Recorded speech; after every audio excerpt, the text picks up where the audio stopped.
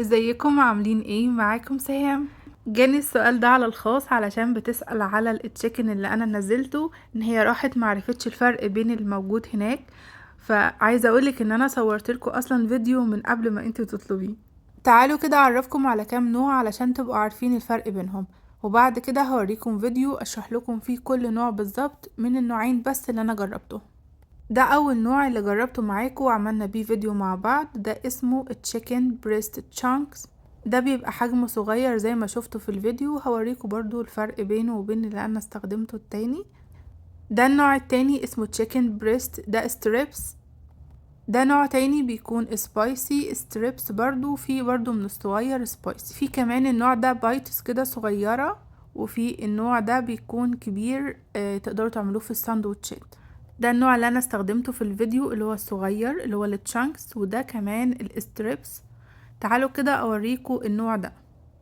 النوع ده اسمه بريست تشانكس، وكمان الميزة اللي فيه ان هو بين الستريبس وبين البايتس الصغيرة، يعني بيكون وسط شوية. علشان تاخدوا بالكم هي مكتوبة بالشكل اللي انتوا شايفينه ده، يعني مش عليها اي هايلايتس خالص، لكن السبايسي هتلاقوا عليها هايلايتس حمراء، النوع التاني هيكون عليه هايلايتس لونها اورنج. فتقروا الجملة المكتوبة عشان تعرفوا هتجيبوا ايه بالظبط. ده النوع التاني مكتوب عليه ان هو اوريجينال ستريبس، اوريجينال ستريبس، لكن التاني بيكون مكتوب عليه سبايسي برضو ستريبس. يعني خدوا بالكم كمان الهايلايت الموجود ورا الكلمة مكتوب معمول بالاورنج، لكن التاني بيكون سبايسي بيكون لونه احمر. تعالوا كده اوريكم شكل ده من جوه. شكل ده من جوه بيكون كبير شوية عن التشيكن ناجتس، وبيكون كبير شوية عن البايتس بتكون اصغر، يعني ممكن تكون دي ضعفها مرتين، بتكون نص دي بالظبط. بصوا ده شكلها، انا بعملها في الاير فراير زي ما شفتوا قبل كده، برضو الستريبس بعملها في الاير فراير. ده النوع التاني اللي هو الستريبس، ده بيكون ستريبس يعني طويلة زي ما انتم شايفين زي البانيه كده بس رفيع شوية. ده الشكل بتاعه. بصراحة في كل الأحوال اللي هو ستريبس أو اللي هو الأوريجينال الكبير أو اللي هو البايتس الصغيرة، بصراحة بيبقى جوسي جدا من جوه وطري وطعمه حلو، ما بيبقاش اللي هو التشيكن الناشف ده، فبيبقى جميل جدا بصراحة. ومكتوب عليه زي ما انتم شايفين التشيكن ستريبس، يعني هتبقوا عارفينه برضو، مش صعب عليكم. ده شكل اللي هو التشانكس بعد ما طلع، ده صغير زي ما انتم شايفين كده، بتكون صغيرة. التانية بتكون اكبر، هتشوفوا معايا. طبعا بتطلعوها في طبق زي ما انتوا عايزين وتبدأوا بقى تاكلوا فيها.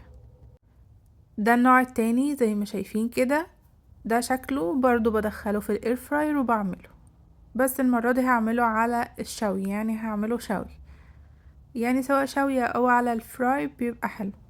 وده شكله كمان الستريبس بعد ما خلاص طاب، بحب اعمله بالشوي دلوقتي، بحسه كده فيه لسعة حلوة، عشان كده دلوقتي بقيت احب اعمله بالشوي. ده شكله زي ما انتم شايفين، هو بصراحة سخن. تعالى اوريكم شكله من جوه، هو نفس الشكل التاني برضو.